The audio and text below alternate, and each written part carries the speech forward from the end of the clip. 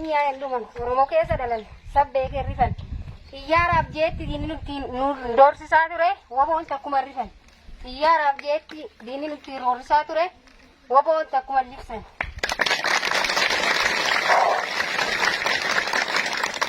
Waboon maqaa keenya salphaatti hin dhufne irratti wareegamne keenyaan arganne kaayoo kanaaf jibbamne malee jibbamtootiin dhalanne.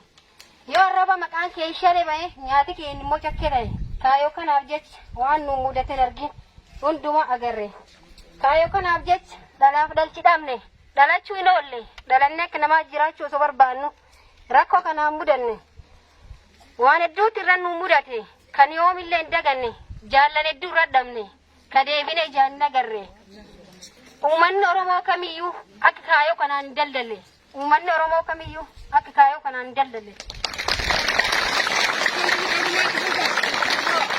Nanti jalan ikan sekarang kalman nigen. Bela debu bin jilbifan. Gantu gurallan. Bunga kota kenan nibamna. Bunga barasa kenan nibamna. Bunga dendela kenan nibamna. Bunga yoromo nibamna. Bela debu bin jilbifan. Gantu farkallan. Dillan. Oromia rakaban Oromia nu. Oromia rakaban biya nu. Oromia toko. Adamban. Walinkon. Fano kamu Oromo.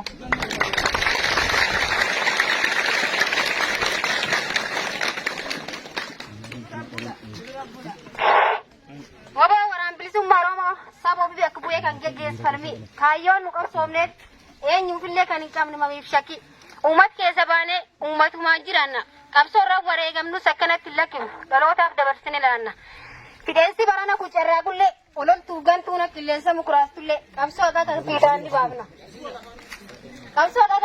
ni baafna mootummichi baana yoo deebisanii ilaalan riphee lolaatu hin ga'u ijaarsan nu gowwoomsuuf majarraa garee addunyaan nu dadhabde barsiisan nu gowwoomsuuf majarraa garee addunyaan nu dadhabde barsiisan.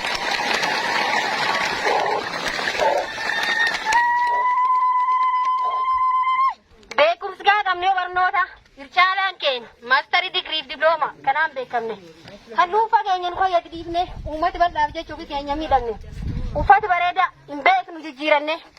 Gabbachuu osoo hin taane gara baasuuf osoo hin nyaanne cichaandii dubboo ishee micciiranne obsaan murannoo qabsaa'aatiin gara keenya dubbifannee Oromiyaa dhuunfachuuf qophii dhummurree jirra waan marayyuu guutanne Oromiyaa dhuunfachuuf qophii dhummurree jirra waan marayyuu guutanne.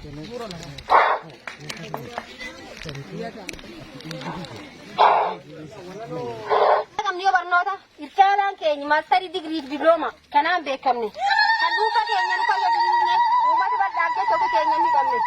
Uffata bareedaa hin beeknu jijjiiranne gabbachuuf osoo hin taane gara baasuuf osoo hin nyaanne cichaandii dubboo ishee micciiranne obsaaf murannoo qabsaa'aatiin gara keenya guduunfanne Oromiyaa dhuunfachuuf qophii dhummurree jirra waan marayyuu guutanne Oromiyaa dhuunfachuuf qophii dhummurree jirra waan marayyuu guutanne.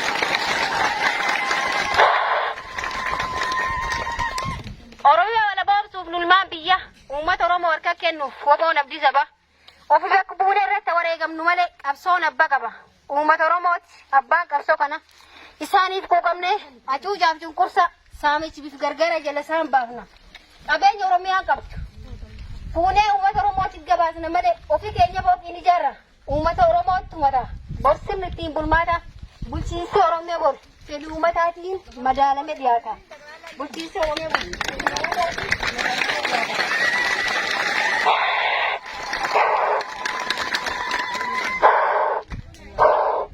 Ora bula jar parmatu doyo. Amile.